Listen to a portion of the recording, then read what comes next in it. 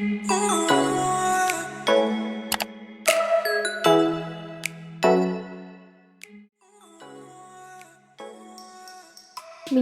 lagu Indonesia Raya merupakan penilaian A. Kinerja, B. Produk, C. Portofolio, D. Proyek, atau E. Praktik. Jawabannya adalah E. Pembahasan. Penilaian praktik merupakan penilaian yang menuntut respon berupa keterampilan melakukan aktivitas sesuai dengan tuntutan kompetensi. Ini sudah cukup jelas ya teman-teman. Kita next. Membuat anyaman merupakan penilaian A. Kinerja, B. Produk, C. Portofolio, D. Proyek, E. Praktik.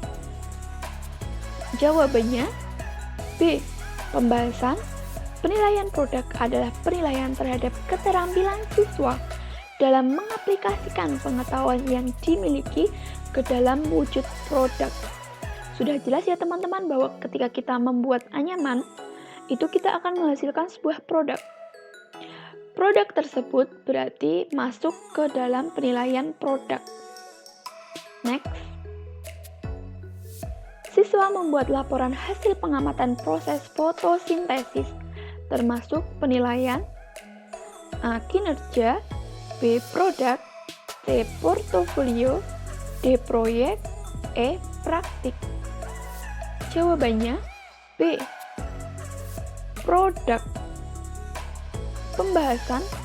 Penilaian produk adalah penilaian terhadap keterampilan siswa dalam mengaplikasikan pengetahuan yang dimiliki ke dalam wujud produk. Di sini kita harus jeli ya teman-teman bahwa kita harus mencari kata kunci pada soal tersebut. Saya ulangi soalnya. Siswa membuat laporan hasil pengamatan. Jadi, di sini penekanannya adalah laporan hasil pengamatannya, bukan proses mengamati fotosintesisnya. Akan berbeda jika nanti yang ditanyakan adalah proses siswa mengamati fotosintesis. Next. Siswa menyajikan laporan hasil pengamatan proses fotosintesis termasuk penilaian A. Kinerja, B. Produk, C. Portofolio, D. Proyek, E. Praktik. Jawabannya E. Praktik.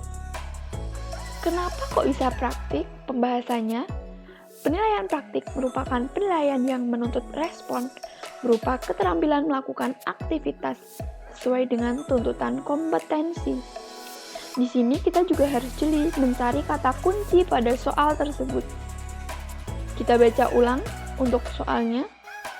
Siswa menyajikan laporan hasil pengamatan. Berarti kalau siswa menyajikan laporan hasil pengamatan ini, bentuknya adalah presentasi ya teman-teman. Ketika siswa presentasi, maka siswa praktik di depan kelas. Maka jawaban yang tepat adalah penilaian praktik. Next. Siswa diminta mengamati proses fotosintesis, termasuk penilaian A. Kinerja, B. Produk, C. Portofolio, D. Proyek, E. Praktik. Jawabannya D. Proyek. Pembahasannya, penilaian proyek adalah kegiatan untuk mengetahui kemampuan siswa dalam mengalokasikan pengetahuannya melalui penyelesaian suatu instrumen proyek dalam periode waktu tertentu. Jadi kita cari kata kuncinya ya teman-teman. Siswa ini diminta mengamati proses fotosintesis. Jadi kalau tadi itu membuat laporannya, kemudian ada mempresentasikan di depan kelas, kalau ini mengamati proses. Ketika siswa ini mengamati proses, membutuhkan waktu atau periode tertentu, maka penilaian yang tepat adalah penilaian proyek. Dalam pembelajaran di kelas Anda terdapat 2 siswa Anda yang berkebutuhan khusus. Pembelajaran apa yang tepat dilakukan dalam menghadapi kondisi ini? A. Menyuruh anak untuk mengerjakan soal ke depan dan membimbingnya. B. Membagi kelompok diskusi. C. Melakukan pembimbingan di tempat duduk mereka. D. Mengelompokkan dengan siswa pintar agar bisa ikut terimbas. E. Memisahkan kedua siswa dengan siswa normal lainnya dengan perlakuan berbeda. Jawabannya C. Melakukan pembimbingan di tempat duduk mereka. Pembahasannya, cara tersebut adalah cara yang paling tepat untuk membimbing siswa berkebutuhan khusus.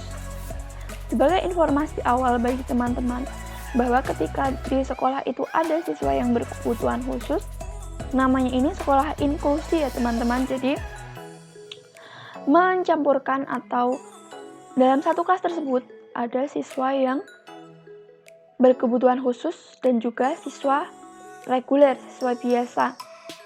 Nah, di sini perlu keterampilan guru untuk menangani siswa yang berkebutuhan khusus tersebut. Mengapa jawaban yang A tidak kita pilih? Menyuruh anak untuk mengerjakan soal ke depan dan membimbingnya. Cara ini kurang tepat ya teman-teman, karena siswa berkebutuhan khusus ini ketika kita maju ke depan, kemudian siswa dibimbingnya di depan kelas, maka konsentrasi atau fokus anak-anak yang di belakang akan tertuju ke siswa yang di depan. Maka cara ini kurang tepat, apalagi ketika nanti siswa yang berkebutuhan khusus ini malah bisa juga diolok-olok oleh teman yang di belakang atau teman yang lain. Kemudian B. Membagi kelompok diskusi.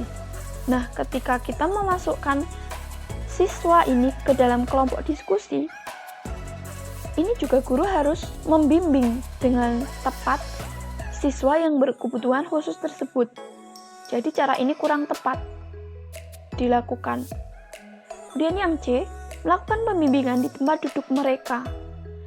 Ini adalah cara yang paling tepat karena siswa berkebutuhan khusus ini namanya juga berkebutuhan khusus, jadi mereka memerlukan perhatian khusus, memerlukan pembimbingan khusus. Dengan cara guru datang ke tempat duduk mereka kemudian dibimbing. Yang D, mengelompokkan dengan siswa pintar agar siswa ikut terimbas. Cara ini dapat kita sebut sebagai tutor sebaya ya teman-teman. Mungkin kalau bagi siswa yang biasa atau tidak memiliki kebutuhan khusus, cara ini bisa dilakukan. Namun ketika siswa berkebutuhan khusus, kemudian kita lakukan tutor sebaya, cara ini juga kurang tepat. Yang E, memisahkan kedua siswa dengan siswa normal lainnya dengan perlakuan yang berbeda. Cara ini juga akan membuat siswa yang berkebutuhan khusus ini merasa terkucilkan. Jadi cara ini juga kurang tepat ya teman-teman. Terima kasih. Sekian dulu videonya. Kita lanjut di next video. Apabila video ini bermanfaat, jangan lupa klik tombol subscribe. Dan jangan lupa like dan share ya teman-teman, supaya teman-teman yang lain mendapatkan informasi terkait video ini. Sekian dulu. Assalamualaikum warahmatullahi wabarakatuh.